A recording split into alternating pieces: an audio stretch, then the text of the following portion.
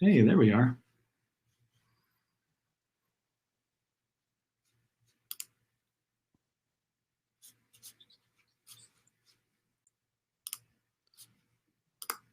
All right, I am up, I believe. You good? Yeah, I'm hold on just one sec.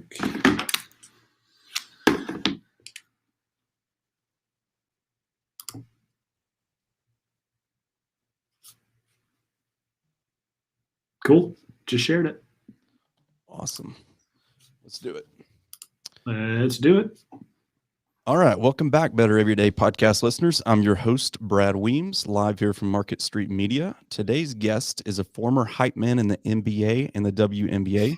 He's a dancer, a YouTube creator, a marketing genius, a TikTok beast, and known as the mayor of Charlotte. Today's guest is Aaron Dodge. What is up, Aaron? What's up? What's up?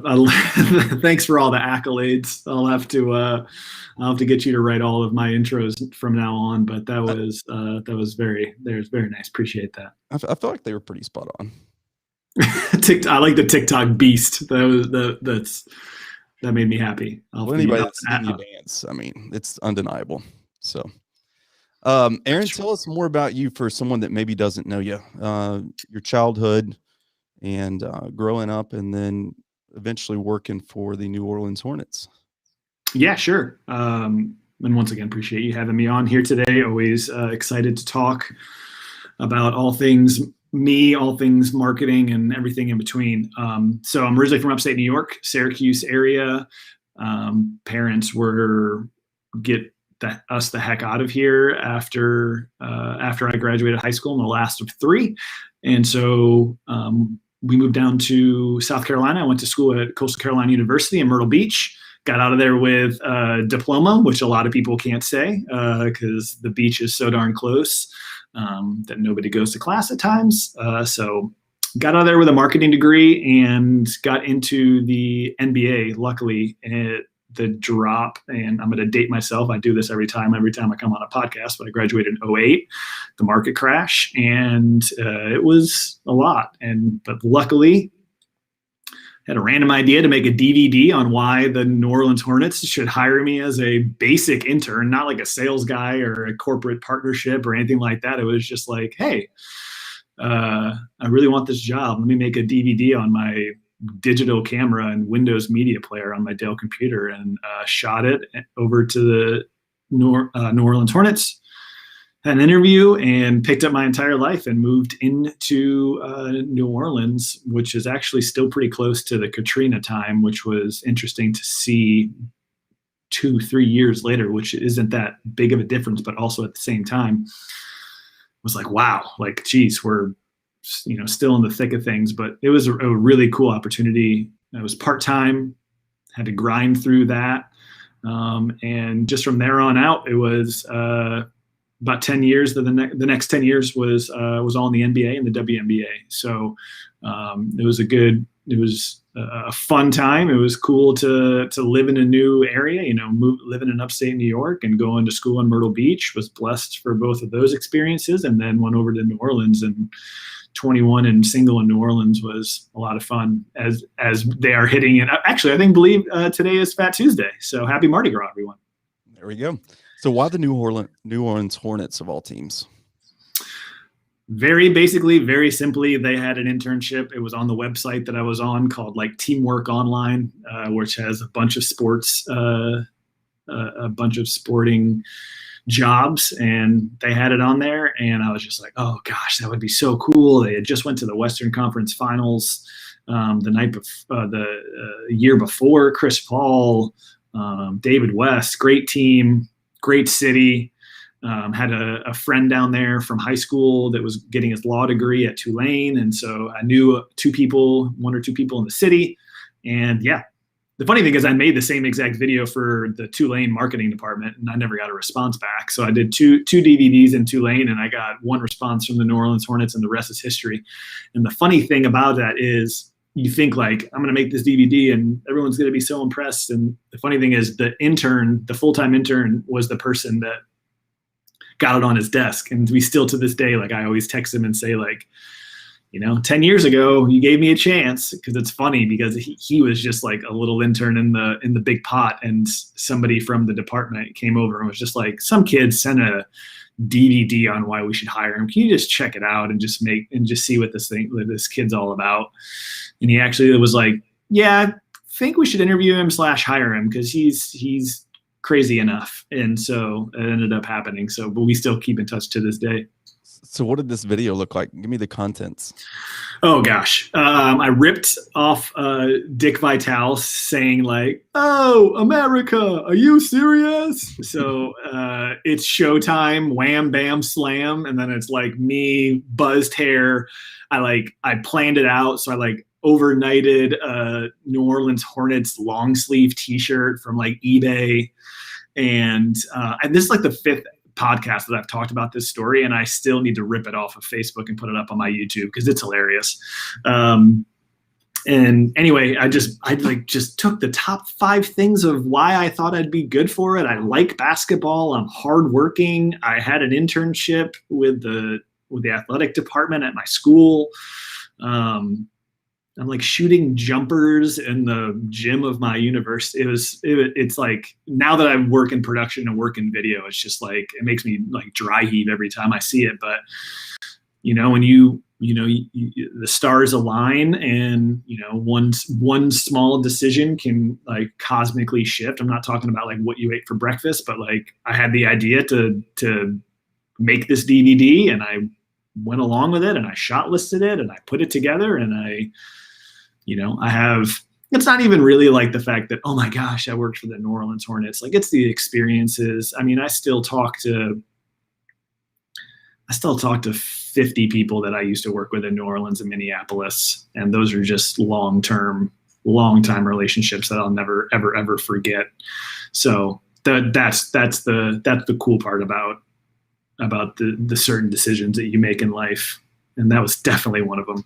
Well, it's no different than me, sending you a direct message last Thursday saying, "Hey, watch your stuff on TikTok and your Instagram. Hey, I have a podcast. Would you ever want to hop on? Here we are." So, of course, you said, "Wow, that was a quick response." I'm like, "Well, I'm in social media, so I have to respond to the DMs really quick."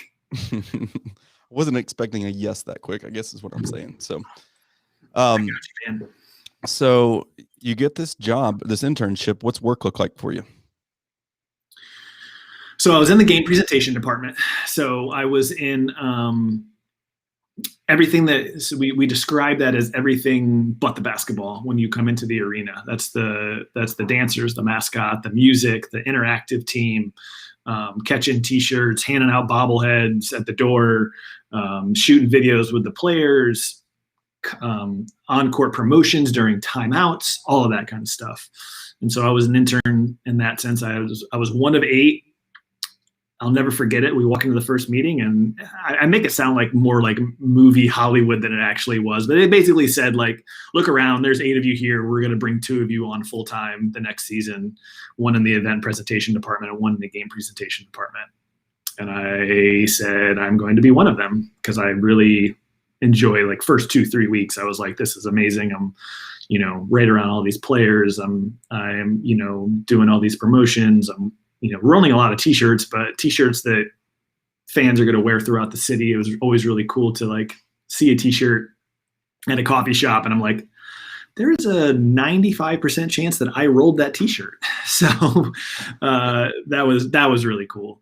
But yeah, so we worked every single home game. We worked events in the community, from just going to a small outdoor concert, that, like in the city park, and we take a 10x10 tent, and we take a table, and we take pocket schedules and sales collateral and a couple dancers and throw some t-shirts from the stage, do all that kind of stuff. So that was what it boiled down to. But I luckily had enough in savings to where I didn't have to get a secondary job. And I just made sure that I was available all the time. Like, you need people to roll t-shirts, I'll be there. You need me to work this event, I'll be there. And so that definitely allowed for me to,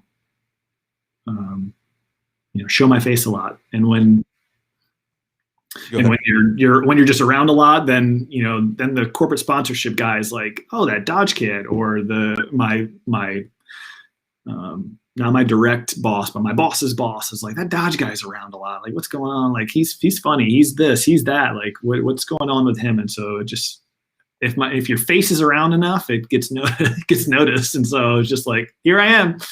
So you just knew that you were going to outwork everybody else that you were going up against for this job. Basically. Yeah. So you're in New Orleans. How long now? That was 2 years. Okay. I did the part-time. It worked out how I wanted it to, and I got the full-time position the following season. So that was now, first kind of sort of big boy internship. So it was full-time. So it was, 8 to 5 on a regular day and 8 to 10 p.m. on a game day. But it was a lot of fun. My direct boss is, once again, we're still friends to this day. Great guy that mentored me to work my butt off and be the best that I could. And I got really, really lucky in that the internship was coming to a close, and a guy that was the coordinator at the game presentation department in the Minnesota Timberwolves and Lynx left. And so once again, back to the, make good where you're at, and you'll never know what's going to happen in the industry. And my boss and my next boss in Minnesota had a relationship, and he's like, what do you think about this Dodge kid? And I went up there and interviewed and got that gig. And so at 23, I moved to Minneapolis. So I did like a loop. I always say I went to Syracuse, I went to Myrtle Beach. I said, I'll never go back north. I went to New Orleans, which even got hotter and stickier. And then I went back up to Minneapolis to negative degrees. Yeah, we've got a chilly day here in Johnson City today. That wind's blowing, so it's 15 degrees, which I'm sure was probably a fairly warm day up in Minnesota. For real. It was, I think the worst wind chill I had was negative 25. Wow. And like my eyelids were like about to, I barely made it to a skyway before my face actually literally froze. Fun fact for people out there that are in the warm states listening to this, you can get brain freeze from wind, not just from ice cream. You can get brain freeze from the wind hitting your forehead. And that's exactly the same.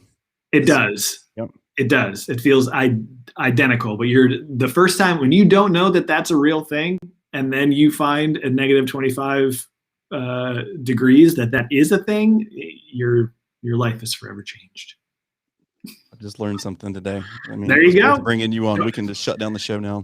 Right. I just hope just don't ever figure it out in real life. That should be your goal. Is you just take my word for it and never see negative 25 your entire life.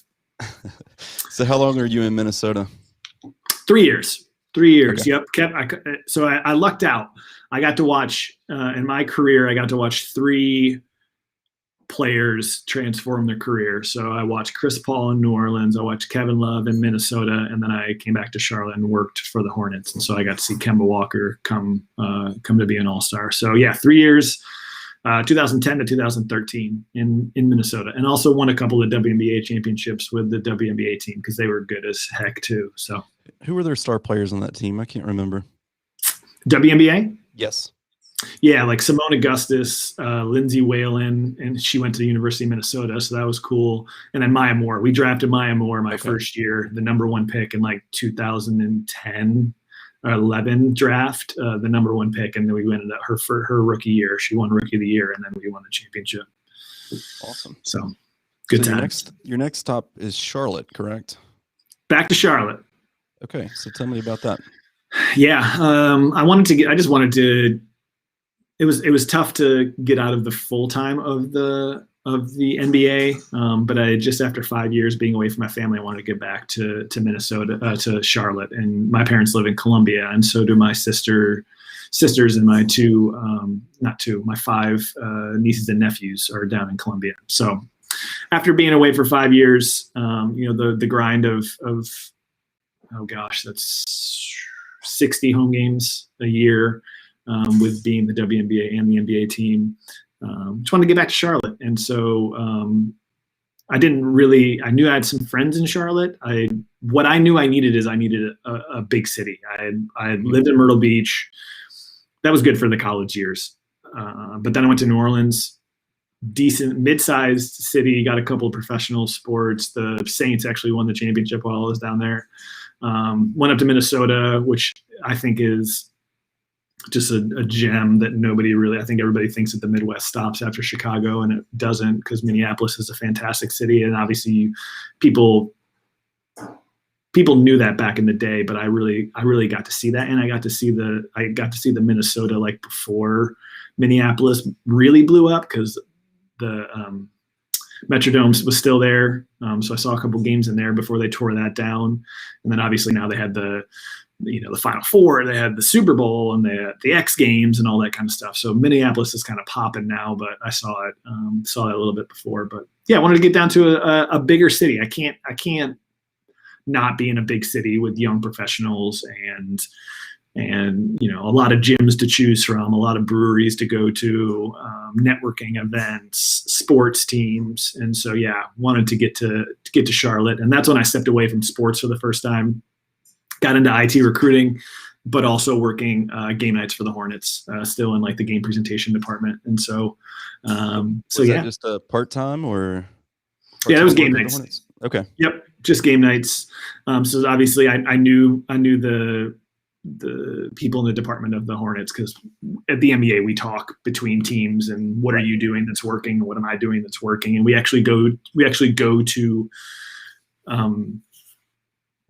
somebody's arena each summer. It's really cool, where they have, like I went to Orlando and all 32 teams came, and we talked about what worked and what didn't work, and networked and all that kind of stuff. And actually in one of the summer leagues, I sat and chatted with Emily from the Hornets. And so that's when it came along that I was going to, be working game nights for the Hornets. And so that was fun. That was another opportunity to improve what the Hornets were doing from a game night standpoint, all while, working full time at another gig. So I would actually get done with the IT recruiting at like 5:00 and race over to the arena and work over game nights over there. So always hustling.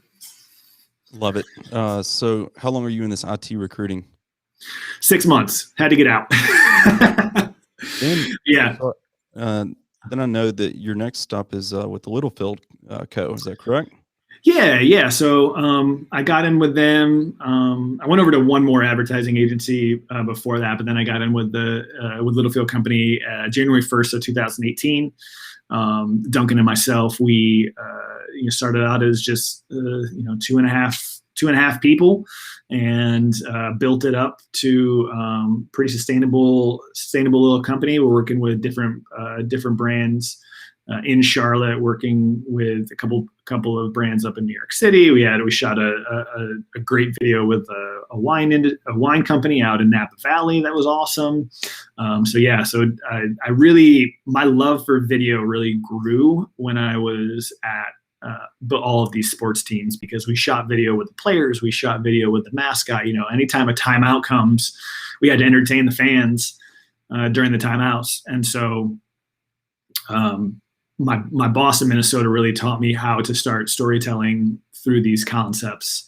We can make fun of pop culture, things that happened in the Super Bowl the night before. We can make fun of the fact that Christmas is coming up. Not make fun of Christmas, but like we can do funny content around, we did like this one video where it looks like the mascot for the Timberwolves is wrapping presents with all of the players' jerseys from the other team, and he just puts all of them around a log and lights all of the opposing team jerseys on fire in his fireplace. Love it. So just like those kind of funny things. We actually did a video for the Harlem Shake, that terrible trend from like 2011, where the mascot hit me with a bat, and we premiered it when we played LeBron when he was with the Heat, and it's got like 8 million views on YouTube. So that's my pride and joy. My 8 million viewed video on YouTube. So is that the most views you've ever gotten on a piece of content?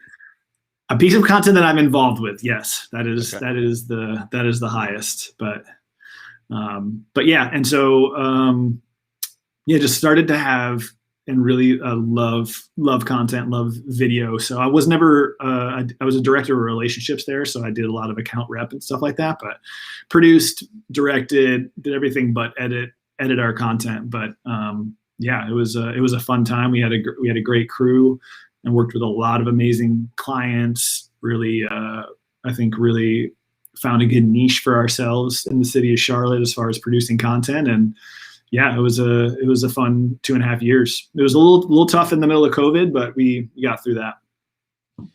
So for the listeners that don't know, tell them what you're doing now. Oh gosh.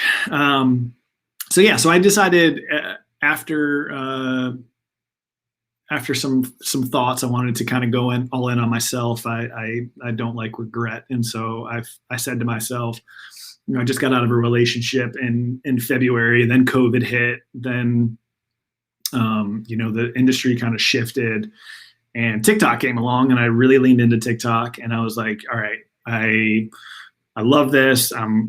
It's given me more creativity than I've had in a really long time. And I saw an ability to coach people on TikTok and kind of what's going on, how people are growing, how people are doing all those kind of things. And I also just wanted to go all in on myself. I feel like I have the ability to tell stories in a fun way. I have like funny ideas. If anybody knows the social media guy, Trey Kennedy, that does all these like funny scenarios on social media, he'll do like, he's like the person that goes to Target versus the person that goes to Walmart. Like he does like these funny kind of, I call it sketch comedy. So, I have some funny ideas that I do some sketch comedy for, and then also have teaching some clients on TikTok growth. And just if you have want to just get more views on your content, want to understand social media a little bit more, that's kind of like, so I call myself a social media consultant, anywhere from YouTube, Instagram. Don't really touch Facebook too much because I think Facebook is dying, but TikTok, Instagram, IG Reels. I teach a class. There's a company here in Charlotte that's kind of like Skillshare. It's called Skill Pop, and they went virtual, obviously during the pandemic, using a platform like this as well.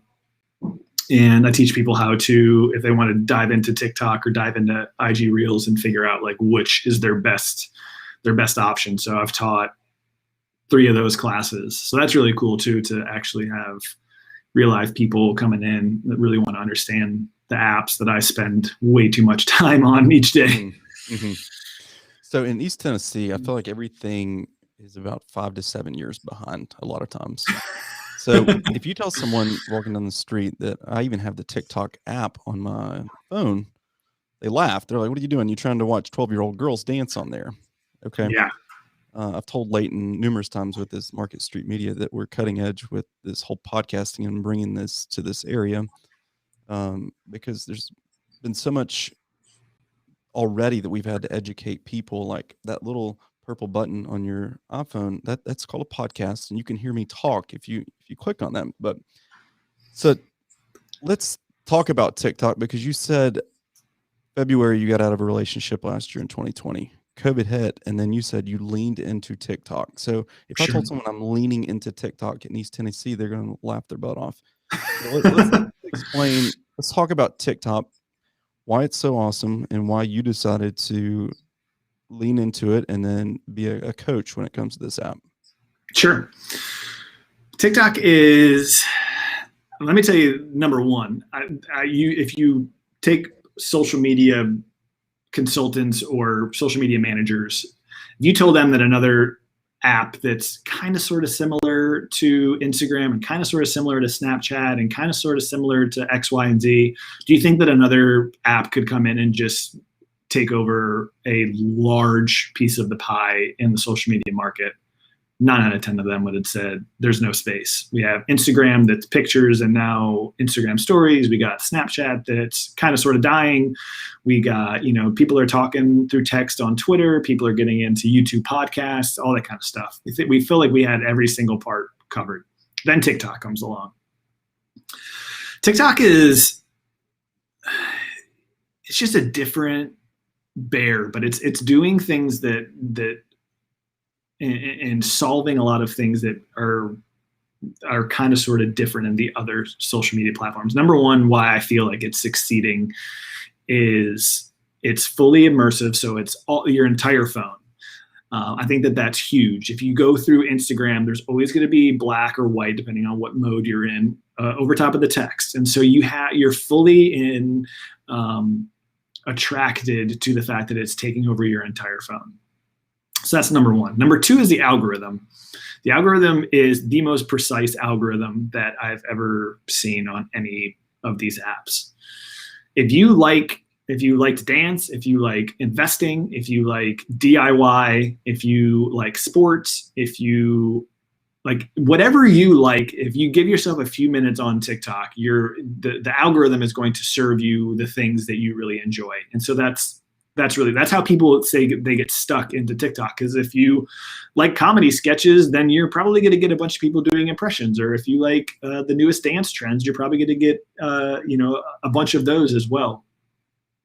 But also the growth too, the ability and the virality is what I call it. I don't even know that's a real word. The virality of TikTok. You can post something as simple as, I actually just did a TikTok before I got here today and talked about being a millennial and how all of our CDs in our car still have like those weird people that come in between the verses. It says like 24hourhiphop.com and like come in between, because we had LimeShare, we had LimeWire and BearShare when we were in college. And so like there's a bunch of millennials on TikTok. So when I post that tonight, if a bunch of millennials are like, oh my God, I totally agree with this guy, like I still have those CDs in my car, then it's going to pick up a lot of steam. And then I'm going to get I can get potentially hundreds and thousands of views, which then equates to more follows. So, right.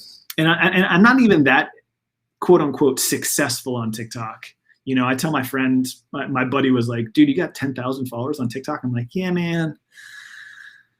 It's not that many. I got this person in Raleigh that I follow has got 274,000. I got this friend here in Charlotte that's got, 100,000. So it's also taking a lot of people that maybe got late to the Instagram game or to the Facebook game, and it's bringing them to stardom. And there's, obviously there's some people, and I think that everybody's going to feel this way. There might be some people on social media that don't have the worth or don't bring enough value to garner them having millions of followers. I hate to say it, but there's just some people that it's just like, I wish that those are the kind of people that I say like unfollow those people.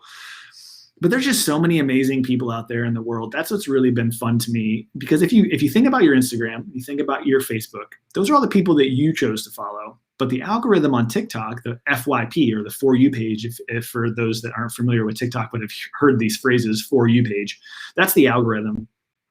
And I spend my entire day on there. I'm just going through seeing what kind of things people are creating, what kind of funny impressions they're doing, what kind of trends that we're seeing out there. But the ability to go viral is so easy that I don't want to say the phrase easy, but like it's so possible. So like you can't go viral on Instagram. You can't go really unless you have all of your sharing,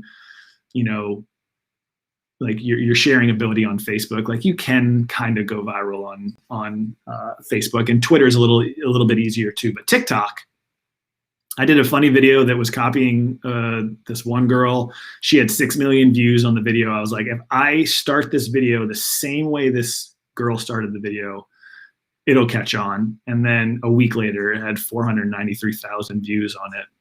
Wow. And then I gained like 3,000 followers. Like I have 11,000 followers right now, and those are from 4 viral videos. So a lot of people get viral videos, and they get more followers and more followers. But if there's anybody out there I feel like your next question is going to be like, well, so what does somebody do to get on TikTok? Was I right? No. I was going to ask you why it's easier to go viral on TikTok versus the other apps. Is it because the algorithms are so good, or is it because it's not as saturated of an app? It's saturated. There's millions of people on there. But, and I don't know the technicalities about it. I'm not a software engineer, so I don't really know, but the ecosystem, let's say that like all of the videos on TikTok are sitting in a pot, like your videos sit in this ecosystem way longer than any of Instagram or Facebook. Like I always say to people when I'm teaching this class, I say, think about it in your head. if you posted a photo or a video on your Instagram, tell me, have any of you got a like or a comment on that piece of content any time longer than 24 to 36 hours after you posted it? Like, I posted a funny, really, really funny video yesterday. Got 250 likes and 20 comments. I did an impression of David Rose from Schitt's Creek. Love that show. The interactions for the first 24 hours, high, very high. Have I gotten any likes or comments on that video today? No. So the ability for your content to live within this ecosystem I even had a video, another impression of David Rose. I had a video last month that was posted on a Tuesday and went viral on Saturday. So the ability because if you get the right, I call it riding the wave. Because what TikTok is doing is it's taking how many followers you have and your content, and it's throwing it out to 100 people and saying, hey, 100 people, tell me what you think about this video. Did you watch a lot of it? Did you comment on it? Is it funny? Is it so funny that you watched it 8 times without even scrolling away? And then it tells TikTok what those 100 people thought. And if let's say, for percentage purposes, 85% of the people really thought it was funny, it's going to serve it to another 1,000 people and say, hey, other 1,000 people, what do you think about this? Is this funny? Is this good? Does this keep your attention? And then it just keeps serving it and serving it and serving it. And that's how you go viral. Now there's like mini viral, like 10,000 views. There's, middle of the road viral, which is like 100,000. Then once you get up into the millions, but there's just so many people on the app, and the algorithm is just the pot in which your content is sitting in is just so much bigger, and it's just the longevity of it is just so much higher. So with Facebook, you need really good copy. With Instagram, you need a really good picture. Mm-hmm. What's the secret recipe to being successful on TikTok? Good question. Follow trends. If you follow trends, you could be a really good dancer. You could be a subject. I call them subject matter experts. If you're going to teach me the top 5 stocks to invest in, there's another, like, so you can have a niche. Honestly, like, good lighting. There's ways to trick the algorithm. Good lighting. You got to hook somebody in the first 0.3 seconds. So like, hey, millennials, or hey, software developers, or remember that one time when we were younger, like, if you set the mood at the beginning of the video, it sucks them in.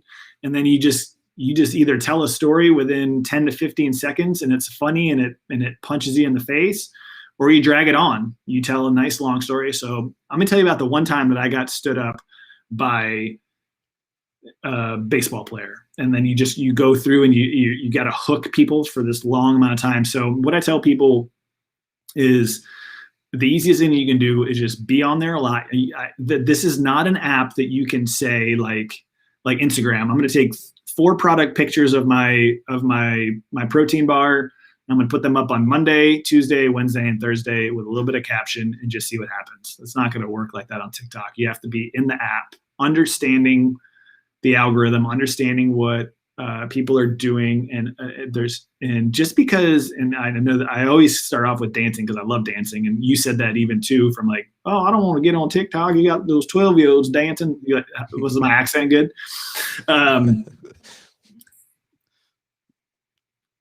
All you have to do is equate what you're doing on your page, whether that be personally or from a business standpoint, and build that with whatever trends are going on. So that's the coolest part about TikTok as well, is just if you follow trends, you're golden.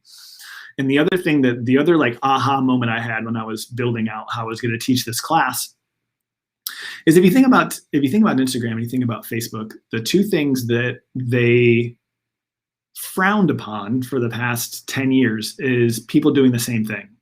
If you I took a picture on a top of a rooftop with the downtown Charlotte in the background, and you posted on your Instagram, and that crushed. And then a competitor of yours, or like a girl that's doing the same thing that you're doing, goes to that same rooftop, does the same picture with the same backdrop, and posts it the next day. You're like, who are you? That was my idea. Why did you copy me? You're so unoriginal. TikTok is completely flipped. One person makes up a dance, one person makes up a trend, and everybody does it. If you look at, you look at the WAP, the dance from Mega the Stallion, it's got like 2 point something million videos just based on that sound, because that was like the top dance of the summer. Now, did everybody do the exact same dance that everybody else did? No. Did some businesses showcase their top 10 products from their candle company while using the WAP song somehow? Sure, they probably did, and they probably sold a lot of candles because they use that specific sound. So you have to, understanding the social media, understanding what it does and how you can capitalize on that is how you're going to win. We had a really successful campaign with a client of mine that does digital business cards. It's called Holler, and they're on the back of your phone. You come up to somebody, you tap their phone, and they instantly have your digital business card. Shot a couple of videos with just an iPhone. We put together some scenarios. We made sure it was sunny. We got to the point. We told a story in 12 seconds, got out of it. And yes, it is a consumer brand that costs $16. And so while you're watching the TikTok, you can sit there on the couch and buy it all in one swoop. And so it is a little bit of a specific case, but we got millions and millions of views on some of these TikToks because people were commenting, people were saying like, that's dope. Like, hey, Stephanie, check this out, blah, blah, blah. But once again, the algorithm just hit, and we sold like 600 in the first few months just doing TikTok with our iPhone. We didn't do a video camera. We didn't do any saucy.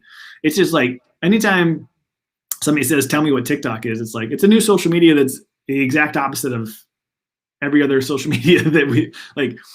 My friend works for my friend out in LA. She just got a marketing gig with a let's say like a skincare essential oils type company. And she says, the copywriting team just sent me this. She sent me like a six sentence paragraph. And I was like, doesn't work on TikTok. Number one, there's a character limit, just like Twitter. So you can only put a certain amount of characters. And number two, it's not a caption app. You're not going to get me. The only thing that gets me with the captions in TikTok is something that's funny. Like I put up a Valentine's Day video and I wrote single as a Pringle. That was my caption. Like, it's not a caption app. You either got to be funny in the caption or you got to write something simple. And so she's like, it's for a shampoo. And I was like more shampoo, less fading. That's what I told her to write. Like that's it. That's what TikTok is, because nobody cares about the caption. Plus the app's on your entire phone. So the more caption you use, the higher your caption rises into your video, and it takes away from the fully encapsulating portion of your phone. So that's a long-winded answer to what makes TikTok different. It's okay. So if we want to dance or be trendy or even sell products, seems like this can work on TikTok. But what about like a service-based business? Like, how do you create a TikTok account for a gym or a podcast studio? Like how would you make the service-based businesses intriguing or engaging? It's a great question. Number one, you can still, there's a guy called, he's called the Fittest Wizard. He's like Gumby, but he's jacked and he's a CrossFit guy. He does every single top dance on TikTok and has blown up on TikTok. You can if you're a gym, have your members, if they like TikTok, they can do some of the dances too. If you're also a gym, like I said, subject matter experts will always win on TikTok. So I told my hairstyling, I'm getting my haircut yesterday, trying to look pretty for this podcast. And she's like, I'm not getting any traction on my IG reels. I'm just not getting any traction. I was like, what can you teach somebody that brings them value, that then when they're saying like, oh, that girl taught me how to do she made fun of me, like an updo poof, whatever that's called. That's the hairdresser that helped me look good for that party I went to. I'm going to go get my haircut by her. So there's, I mean, I've been going to gyms my entire life. If, you think that, and the other thing that holds people back too, I do it myself. You think you don't have enough value to bring to the market. Of course you do. You own a gym. You obviously got certified. You got the least, like if you have a gym, talk about how you got the gym. Talk about how long you've had the gym. Talk about how to do a proper back squat. Talk about how to do a dumbbell snatch. Talk about customer retention. Talk about the funniest thing that ever happened in your gym. Talk about the transformation of the 5'2" girl that used to play soccer and now she's going to the CrossFit games. Like, everybody has a story to tell, but how you tell it, where you tell it, when you tell it, that's up to you. If you're not posting, multiple times a day on all of your social media in some facet, then you're losing. And it's every single, not only do you need to continue to get your story out so more people know who you are and come to your gym and hire you and all that, but also the algorithm's going to tell you that the more you post, it's going to be better. Mm-hmm. So you got to be doing that a lot. I mean, obviously, if I were to walk into, I always go back to the candle company. I walk into the candle company and say, you got to post 4 to 5 times on TikTok, their brain's going to explode. So as much as you can do as possible, but take the most granular level thing that you think, like how many gym owners could you walk into and say, today on your social media, you're going to teach in under 1 minute how to do a proper back squat. They'll laugh you all out of the room, but there's people sitting on their couch that don't have a gym membership that want to know, 1, how to do a back squat, and 2, to know that you don't know what the algorithm's going to do. Sudden, your organic post on whether that IG Reel or TikTok is now gone viral, and now you're seen as the back squat guy, and so you're like, oh well, do like rinse and repeat the back squat tutorial that took 57 minutes because I was very engaging and it was good lighting and I held the attention of the person and all those kind of things. We'll then do a front squat and do a clean and jerk and do a box jump, like the mechanics and breaking things down to be a little bit more molecular than what you're really doing is what I think is super beneficial when you're trying to talk on social media. It's like you have to cater to what your followers followed you for a reason. Yeah, it'd be good to get out and get 10,000 more followers. But what if I told you that your social media is not going to grow by one person for the rest of your time here on Earth? Then I'm pretty sure you would try to find out how to talk the best you can to those 5,000 followers, 6,000 followers, 30 followers. Because those 30 followers be your customers for the rest of your life. If your product is worth $1,000, you sell it to those 30 people every single year, you're gold. Right. So what I'm taking away from what you're saying is sometimes don't think it has to be some amazing over the top great piece of content. Just keep it basic and post daily. Post daily, and yes, you're exactly right. And like I said, take a person, like break it down as whoever came up with that conversation or that saying, break it down for a 5th grader. I like I said, my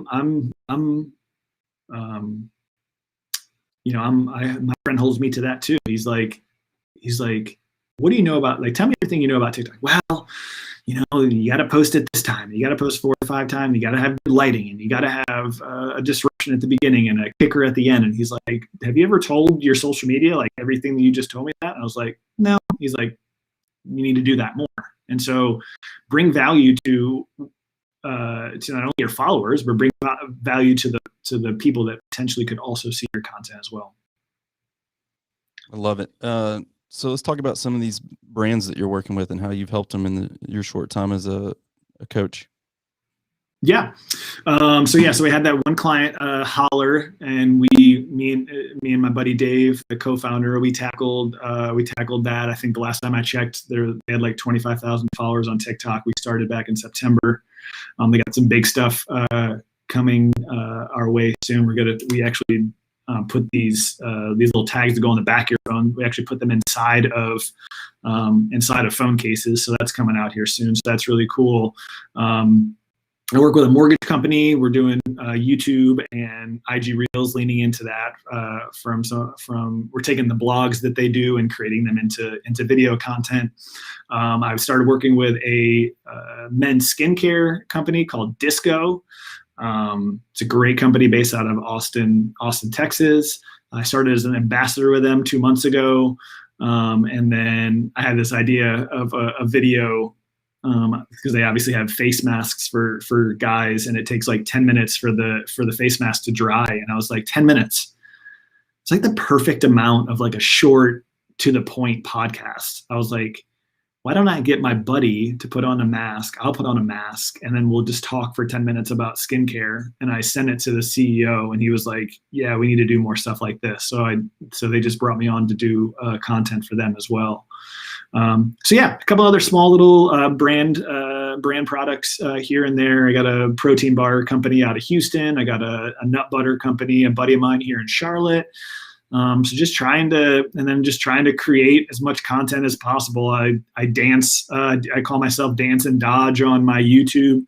My friend's daughter calls me Dance and Dodge. And so my niece is 2.5 years old, and my sister's a teacher. And so I was like, how could I increase my watch time on YouTube while continuing to bring value to everybody that I love? And I was like, I have a lot of friends and a lot of family members that have 0 to 5-year-olds. So I'm going to dance and teach things on YouTube. And so I have 3 videos out about just teaching kids shapes and colors of the rainbow, and at the end of each teaching, we dance to like this random song I find online for like 2 minutes, and it's a blast. Yeah, like I sent you a video last week. You had my kids in the living room dancing. Oh yeah, great. Oh yeah. Thanks for the follow, Aaron, on TikTok. Appreciate that. Let me know if you need any help.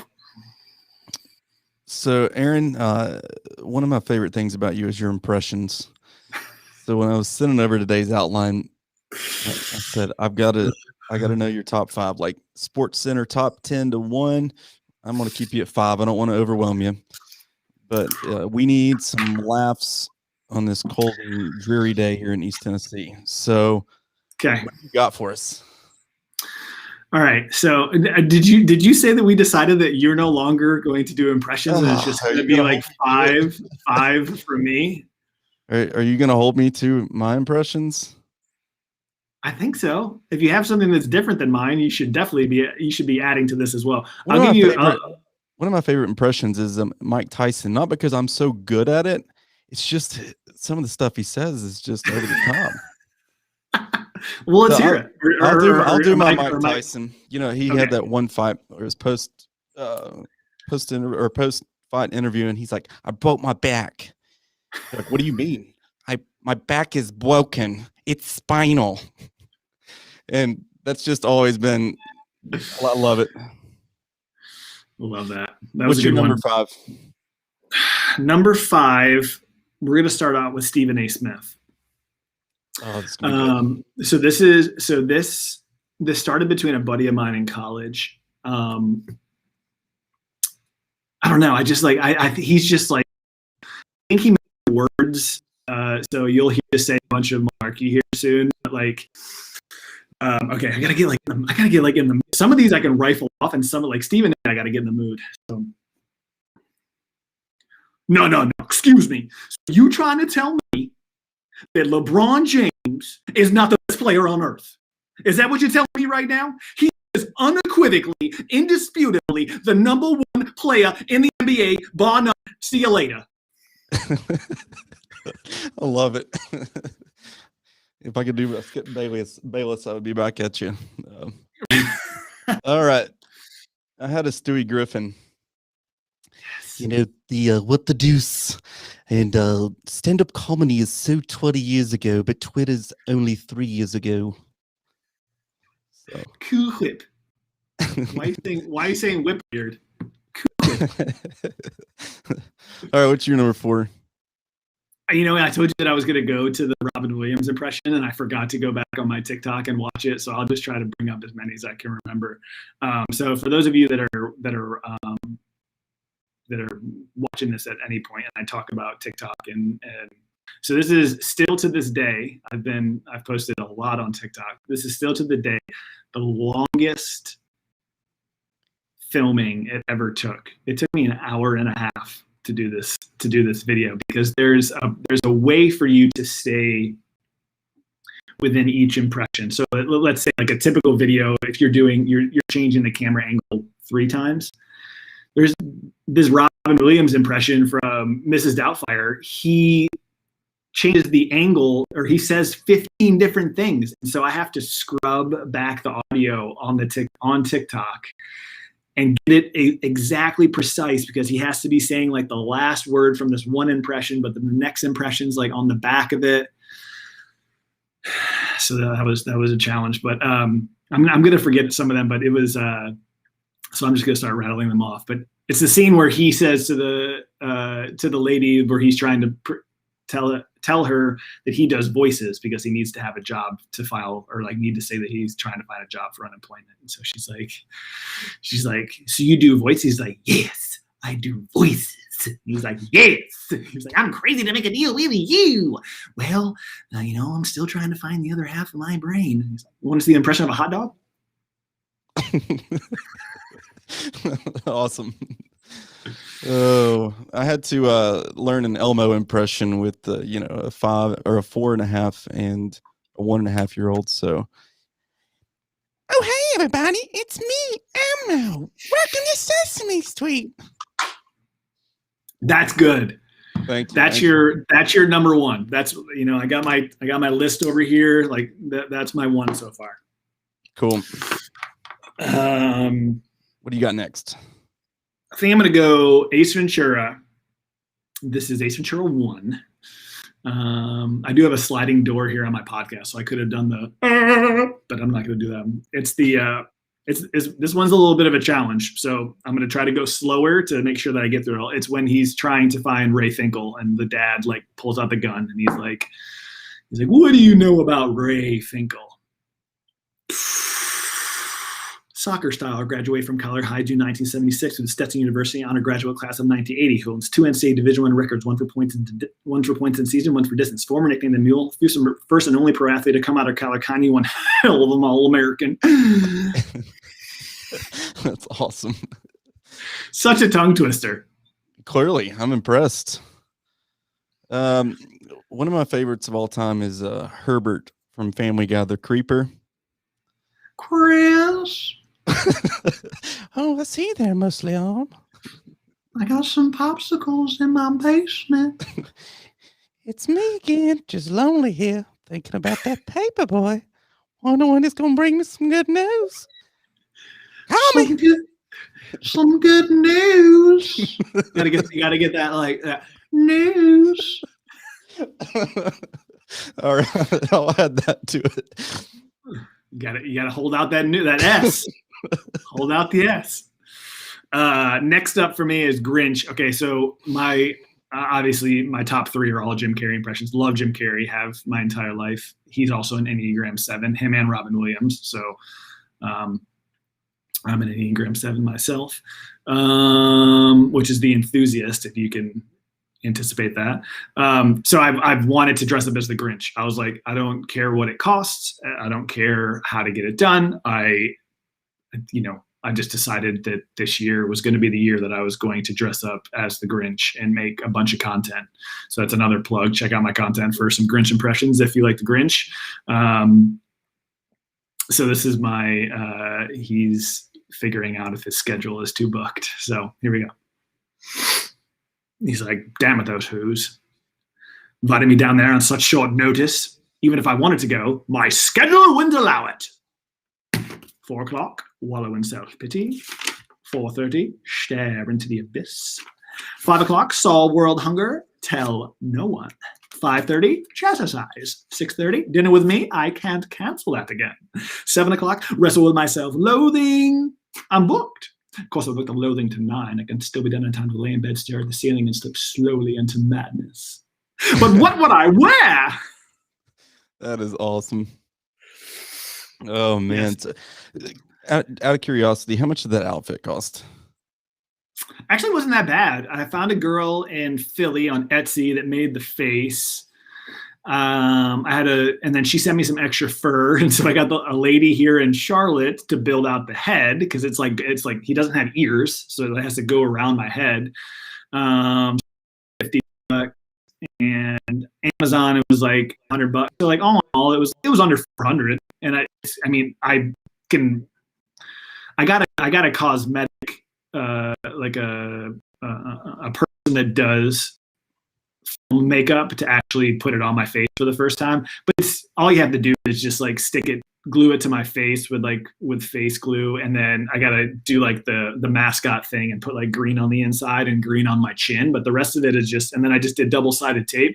Like my sister hired me out for her friends to take pictures with her with their babies because like the pandemic, like they couldn't sit on Santa's lap, and so she's like, I got these two friends with little kids that haven't had any pictures done. Will you just like sit on this stool in our front yard and they'll come over and you'll just be the Grinch? It was like the best hour of my life because my sister and my dad got to see me like in full. I didn't break character for like an hour. I was just like, no, you over there with the camera, come on. Like it was the best. My dad and my sister were just rolling. There was a guy here locally that had the exact same outfit. And so my wife one night, she said, we're going to go downtown and see the Grinch. He's handing out toys. And lo and behold, he's handing out like pretty decent Lego sets. And this guy apparently did it over town for, I don't know if it was weeks or what, but it was real cool. My thing that I want to do that I've always said that I want, if I ever get the suit, that I didn't get to do it this year, but I think it would be hilarious to go to like Walmart as a Salvation Army, like change giver and just be the Grinch and just scream obscenities at people like in the parking lot. Like, you can give more than that. Come on. Like it would just be, so I'll probably do that. You never want to make eye contact with those people because you're like, oh, I feel bad if I don't give anything. Yeah, wouldn't that be just so much more enjoyable if you were walking into Walmart instead of like a really upset person, like ding, like what if the Grinch was like, I know you got change, like that'd be freaking hilarious. That sounds like a viral video in the making. I feel like I can get on Influencers in the Wild with that one. I think that could happen. All right, what's number one? Whoa. I'm out. I don't have anything else. I'm out. Okay, this is another one. Liar Liar is also in my top 5 movies of all time because, once again, Jim Carrey, and it's just got so many classic lines in it. But this one is when he gets pulled over by the cop. He's speeding, and he says, he's like, do you know why I pulled you over? He's like, depends on how long you were following me.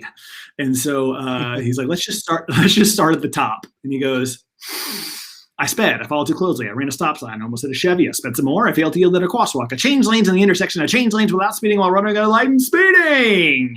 And he's like, is there anything else? And the best part, he's like, I have unpaid parking tickets.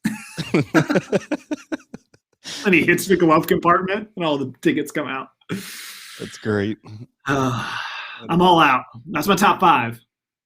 Okay. I've never had anybody rank. I've never had anybody tell me to rank my my impressions.